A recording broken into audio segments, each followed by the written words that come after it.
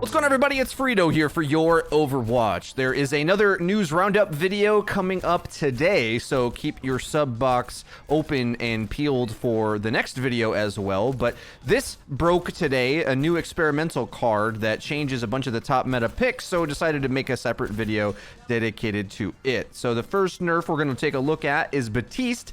Now requires a full second in order to charge up his exo boots to full, which is really important, as even though you can get a little bit of hop with the other jumps, they're so insignificant that really you need to get to that full 100% charge to get that full oomph to go the top distance and dodge a lot of things. And that's kind of the key interaction. Like characters like Genji or Doomfist, despite maybe should be strong against Baptiste in theory, can get outplayed by him rather easily just based on his ability to jump so highly and get away from those engagements. In a very similar vein, McCree is getting nerfed. He's been the top of the DPS hierarchy for quite some time, benefiting from a long list of buffs. The most recent was his thick McCree, or maybe dad bod McCree, 225 health points, which they say in the patch notes that they like how tanky that makes him, allowing him to play his position, but they're now going to make him less tanky in some pretty key ways, or at least finding more openings in order to punish him. So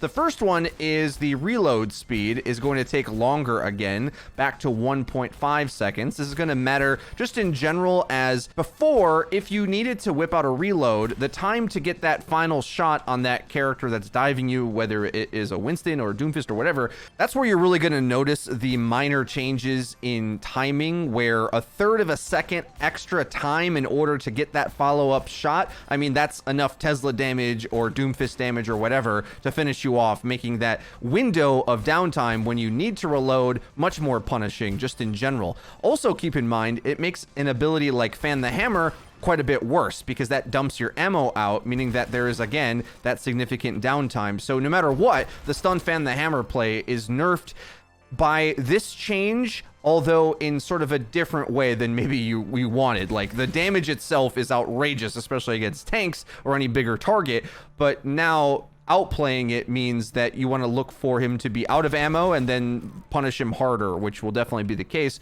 Further emphasized by his next nerf, where we're back to just vaguely rolling over McCree combat roll, where before it was like combat roll, I'm a superhero, I can dive in and play dive McCree. Maybe there's around some cover here, and with enough distance you can dive and get a stun like that. Or particularly when you're countering him, I think this matters as well, whether there's a line of sight or a engaged character. The distance of the roll being a reliable escape really matters to how far off a piece of cover you can play. So let's say the cover's here, you want to push out with your 225 HP, take whatever duel you like, and the farther that roll is, the farther you can be safe in reading, oh no, I'm going to die, I need to roll out. And if you can't make it to this piece of cover, the positions you're allowed to play will require you to play closer to it, which means engaged characters, but as well like projectiles, I think will find an easier time against McCree. The sniper characters are going to have an easier time against McCree because just the positions he's going to easily be able to play. The major way you're going to notice this is that, say McCree's trying to get an off angle and he's bypassing the defenses, the shield's here, getting onto that squishy and getting out. The difference between him getting out safely versus being able to lose to the longer range damage dealer that should be able to mark him is kind of a big deal, right? Like he's just not going to get to cover in the same way. So we'll see how this shakes up the hierarchy. Usually there's only one top tier DPS at range. There's a chance that Ashe starts to show a bit further, or perhaps Widowmaker makes a return, but for the most part, it's pretty tough to see multiple hit scans at the top tier, and McCree may have his top spot at least begin to be chipped away. The next change is to Moira, who gets a buff to her coalescence to, as they explain it, keep her in line with some of the other logic that they've applied to channeling ults. A lot of channeling ults like Winston or Soldier Sights will refuel your ammo, but Moira is a bit more complicated than that, where her resource is very powerful, so they don't want to give her full out recharge on her resource. However, when you do use coal, you'll notice that the regenerates 3 times as fast as before, which means as long as you are using all of it and you don't get stunned out of it it or whatever, you get a big percentage of your resource back, meaning you can jump out of coal and then start healing your team right away.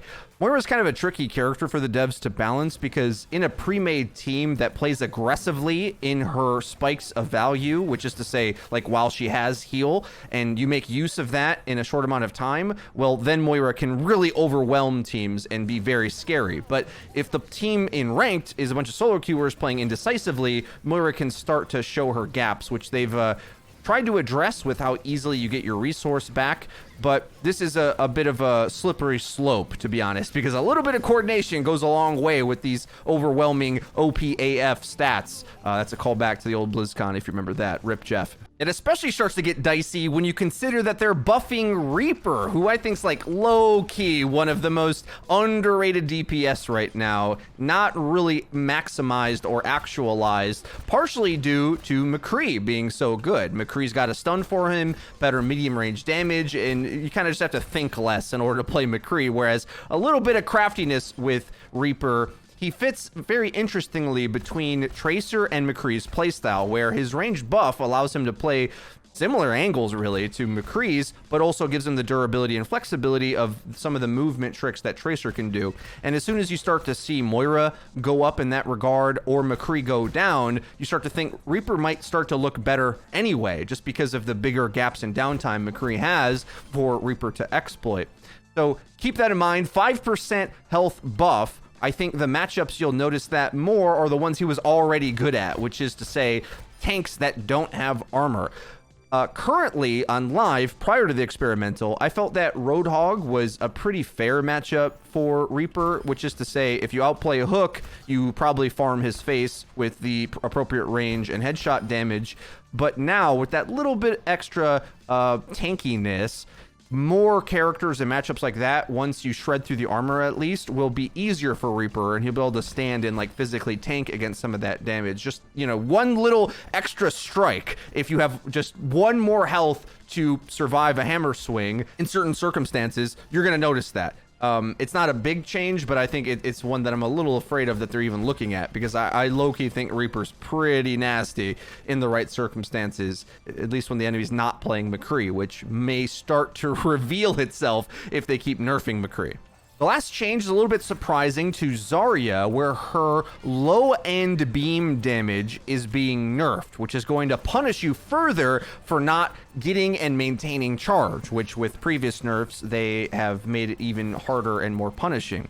So an interesting thing to note about Zarya is that she's just so easy to play in ranked that it's really hard to see the value of a character like D.Va, who's like low-key just as good, but perhaps doesn't get the same value late into a fight that Zarya can, though that is something they're like actively trying to rectify by lowering Zarya's non-charge damage and upping D.Va's playmaking capability with the remech. So the more times they do things like that, the more it's going to be easier to find D.Va get value in ranked, I'd say, where similar to Moira, maybe for the opposite reason, Zarya gets better as the fight extends and plays pokey.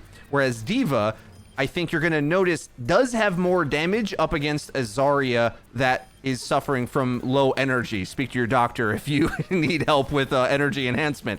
But if you don't have high energy, then D.Va swooping in with micro missiles is going to be a big deal. But keep in mind, this is just a minor change to the bottom end of the beam damage. The bomb damage is still unchanged, so not too big of a deal. The truth is about Zarya is that there's so many physical abilities or stuns, which I think really matters to Zarya's bubbles having value, where if the enemy has ults, pretty much the only thing that you can use as a tank to stop it nowadays is a Zarya bubble, especially when you look towards Overwatch 2, where barriers are getting worse and worse. If the enemy has like some insta-kill massive ability that is going to destroy you, you have to bubble. Like, there's no other options really, other than eating a thing with D.Va, obviously. But for the most part, bubble's the easiest thing to play around, and it changes a matchup like Winston up against Brig to go from Winston should lose against Brig to Winston has a chance against Brig. But that might span me off into talking more about Overwatch 2, which is something we'll have to do over the next coming days. And to